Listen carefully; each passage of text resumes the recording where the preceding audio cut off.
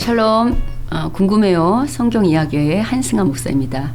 우리가 지난번 회에 그러니까 창세기 28장 진도를 나가기 앞서서 우리가 성경을 어떤 관점을 가지고 봐야 하는가에 대해서 이야기하다가 창세기 12장부터 50장까지는 하나님의 어떤 국민 만들기 관점으로 봐야 된다라고 이야기했습니다.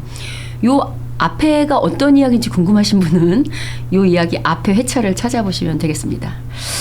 좀 더 간략히 말씀드리면 하나님께서 이 땅에 하나님 나라를 만들 때 나라의 3요소가 국민, 땅, 주권이 있다고 할 때 일단 국민 만들기가 가장 먼저 필요하겠죠.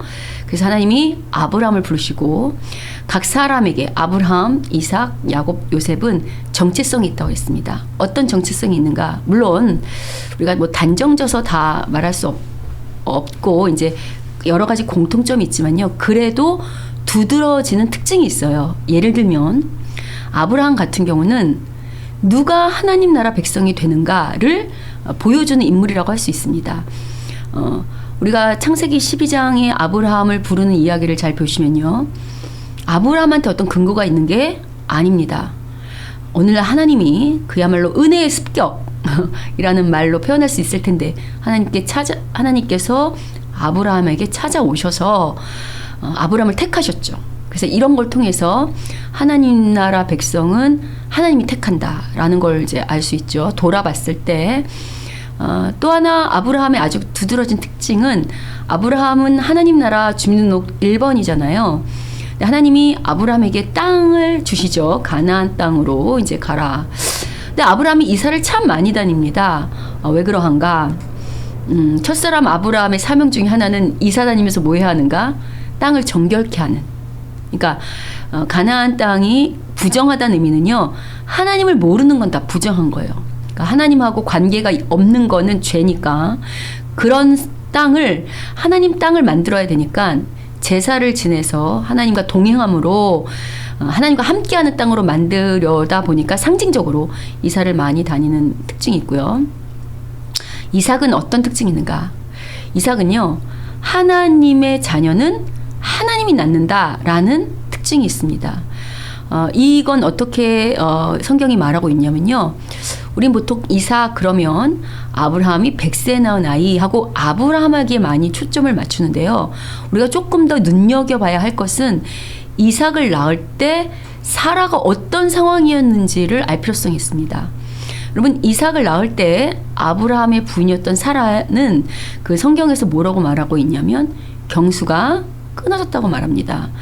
경수는 이제 오늘말로 치면 이제 생리니까 여자가 생리가 끊어지면 아이를 가질 수 없게 되겠죠.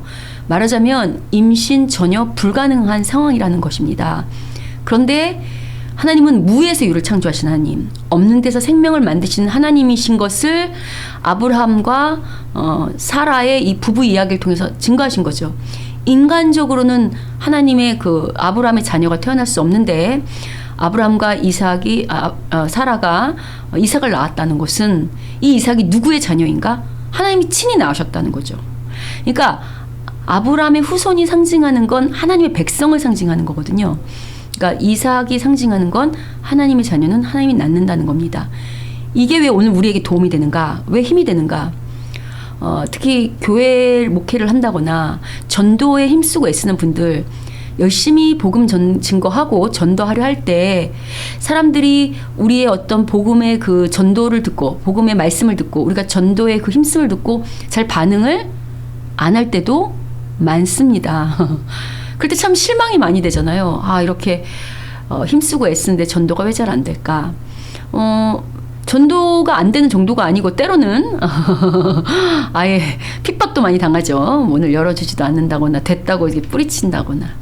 근데 이럴 때 우리가 담대할 수 있다는 겁니다. 왜요?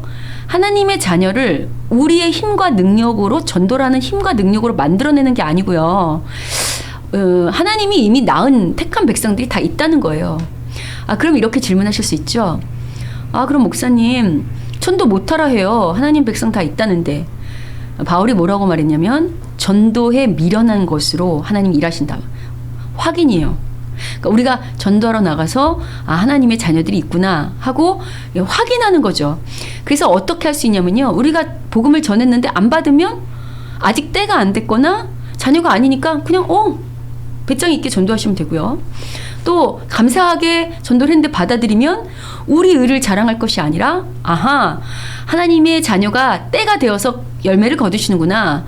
그러니까 하나도 우리의 의나 우리의 실망할 것이 없게 할 수 있는 게 바로 이삭이 상징하는 거예요. 그러니까 여러분이 힘있게 전도하시면 좋을 것 같고요. 그 다음에 이제 야곱이 이제 저희가 앞으로 이제 본격적으로 살펴볼 이야기입니다. 야곱은요, 어떻게 특징을 갖고 있는가? 여러분, 우리가 하나님 믿는다고 하지만 여러분 믿음 좋으십니까? 실은 사람은 그렇게 믿음이 좋기가 쉽지 않습니다. 실은 믿음은 우리 편에 있는다고 하기보다는 하나님께서 우리의 믿음을 키워가신다라고 말하는 편이 맞습니다. 실은 야곱은 믿는 그리스도인, 그러니까 하나님의 백성이라고 하는 자들이 얼마만큼 불신앙으로 자기의 머리를 굴리며 자기를 의지하고 자기 지혜를 의지하고 자기 힘과 능력으로 사는지를 아주 적나라하게 우리의 모습을 보여주는 대표 주자라고 할 수 있어요. 그럼에도 불구하고 하나님께서 이렇게 연약한 믿음을 가지고 온전히 하나님만을 신뢰하기보다는 여전히 자신의 깨와 자신의 지혜와 자신의 욕심을 따라 삶에도 불구하고 어떻게 하나님께서 당신 백성을 책임지시고 인도하시는가를 보여주는, 그래서 어떻게 마침내 이스라엘, 그러니까 하나님의 백성이라고 하는 그 칭호의 그 자리까지 데리고 가시는가를 보여주는 게 바로 야곱의 이야기라고 할 수 있습니다.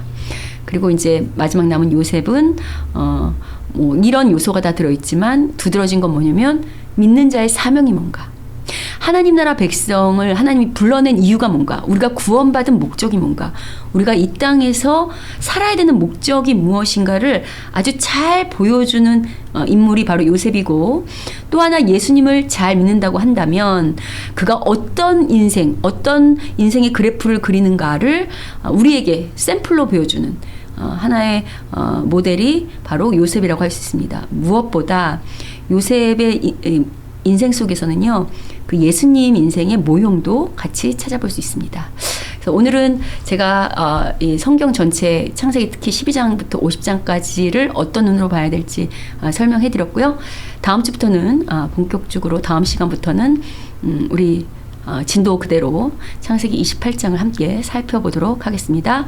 다음 시간까지 여러분 하나님의 은혜가 충만하시기를 소원합니다.